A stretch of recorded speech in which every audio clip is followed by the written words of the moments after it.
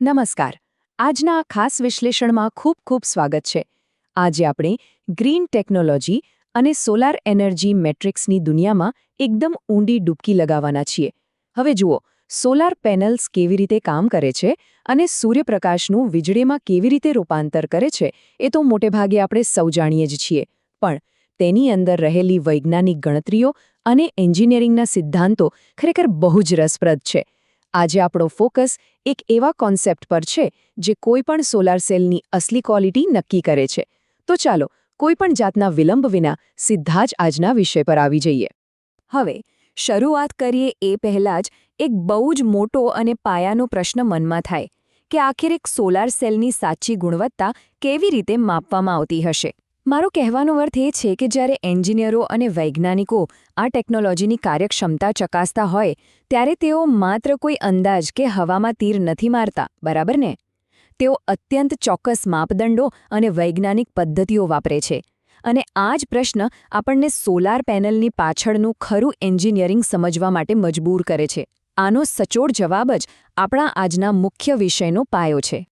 આ મૂળ લખાણમાં એક બહુ જ સરસ શબ્દ છે, ફિલ ફેક્ટર, એટલે કે ફિલ ફેક્ટર. આ એ જ મૂળભૂત કોન્સેપ્ટ છે જેને આજે આપણે એકદમ બારીકાઈથી ડીકોડ કરવાનો છે. એન્જિનિયરિંગમાં આને આટલું બધું મહત્વ કેમ અપાય છે?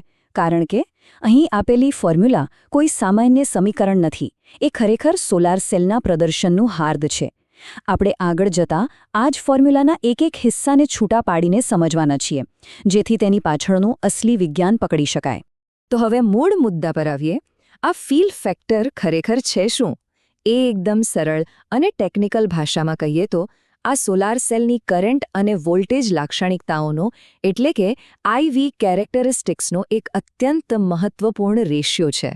આ કોઈ એવો તેવો આંકડો નથી. આ રેશિયો સેલના એકંદર પરફોર્મન્સનું સચોટ મૂલ્યાંકન કરે છે. મતલબ કે જ્યારે આ સોલાર પેનલને ખરેખર કોઈ ઘર કે ફેક્ટરીની છત પર લગાવવામાં આવે ત્યારે વ્યવહારમાં તે કેટલી પાવરફુલ સાબિત થશે તે આ પરિમાણથી જ નક્કી થાય છે.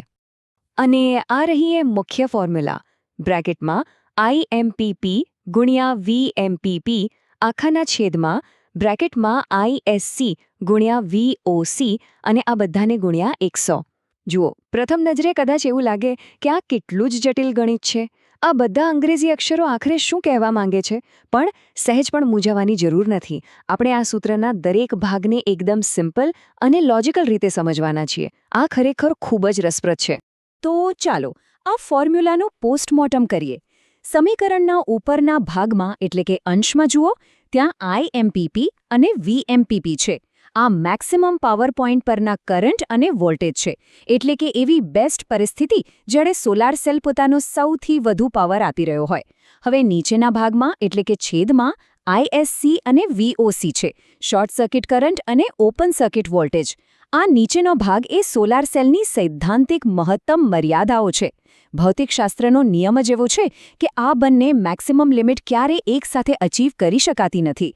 બસ આ વાસ્તવિક પાવર અને સૈદ્ધાંતિક પાવરનો ગુણોત્તર જ આપણને સાચું પિક્ચર આપે છે. અને હા, છેલ્લે આવતો આ 100નો આંકડો ભૂલવા જેવો નથી. આ ગુણાકાર એટલા માટે થાય છે કારણ કે આખા રેશિયોને ટકાવારીમાં એટલે કે પર્સન્ટેજમાં ફેરવવાનો હોય છે. અને એ તો આપણે બધા માનીએ જ છીએ કે દશાંશ કે અપૂર્ણાંક કરતાં ટકાવારી સમજવી હંમેશા સહેલી પડે.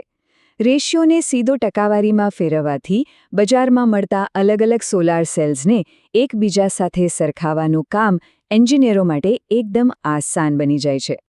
હવે એક મજાની વાત, આપણે ખાલી ગણિતમાં અટવાઈ નથી રહેવાનું. અહીં જ્યોમેટ્રી એટલે કે ભૂમિતિનો પણ એક જોરદાર એંગલ છે. આ ફોર્મ્યુલા માત્ર કાગળ પરના આંકડા નથી, પણ તે સોલાર સેલના IV કર્વ એટલે કે વળાંકની અંદર બની શકતા સૌથી મોટા લંબચોરસનું ક્ષેત્રફળ માપે છે. ગ્રાફ પર જેટલો મોટો લંબચોરસ બનશે ને એનો સીધો અર્થ એ છે કે વાસ્તવિક વપરાશમાં આ સોલાર સેલ એટલો જ વધારે પાવર ઉત્પન્ન કરી શકશે. છે ને કમાલની વાત? હવે આ ફિલ ફેક્ટરનો આંકડો બદલાય તો ગ્રાફમાં કેવો જાદુ થાય છે તે સમજીએ. લખાણમાં એકદમ ક્લિયર કટ લખ્યું છે કે જેમ ફિલ ફેક્ટર વધે તેમ IVનો વળાંક વધુને વધુ લંબચોરસ થતો જાય. મતલબ જો ફિલ ફેક્ટર ઓછું હશે તો વળાંક વધારે ઢળતો રહેશે, જે સીધો જ ઊર્જાના વ્યયનો સંકેત આપે છે. પણ જો ફિલ ફેક્ટર ઊંચું હશે તો વળાંક એકદમ પરફેક્ટ લંબચોરસની નજીક પહોંચી જશે અને આ જ વસ્તુ સેલની સર્વોત્તમ ગુણવત્તાની સાબિતી છે. તો આ બધી જ ટેકનિકલ ચર્ચા આપણને ક્યાં લઈ જાય છે? સીધી અને સટ્ટ વાત એ છે કે સોલાર સેલની અસલી ગુણવત્તા નક્કી કરવા માટે આ એક જ ફોર્મ્યુલા સૌથી મોટો આધાર છે. ભલે ફીલ ફેક્ટરનો સીધો સંબંધ સેલની ડાયરેક્ટ એફિશિયન્સી સાથે ન હોય, પણ સેલ અંદરથી કેટલો મજબૂત છે, તેનું મટીરિયલ કેવું છે, એ બધું જ આ એક ગણતરી પરથી ખબર પડી જાય છે. ખરા અર્થમાં આ ક્વોલિટીનું અલ્ટિમેટ માપદંડ છે. તો સોલાર સેલની ક્વોલિટી પાછળના આ જબરદસ્ત વિજ્ઞાનને આપણે ઊંડાણથી સમજ્યા, પણ જતાં એક જોરદાર પ્રશ્ન વિચારવા જેવો છે. જો વધુ લંબચોરસ ગ્રાફ એટલે સૌથી સારી ક્વોલિટી, તો પછી એવું તે શું છે જે કોઈપણ સોલાર સેલને પૂરેપૂરા 100% ફીલ ફેક્ટર સુધી પહોંચતા રોકે છે? એવી કઈ લિમિટેશન છે જે આ ગ્રીન ટેકનોલોજીને પરફેક્ટ 100નો સ્કોર કરવા દેતી નથી? આ ખરેખર એક એવો પ્રશ્ન છે જે કોઈપણ વિજ્ઞાન પ્રેમીને વિચારતા કરી મૂકે. આજના આ ખાસ વિશ્લેષણમાં જોડાવા બદલ ખૂબ ખૂબ આભાર.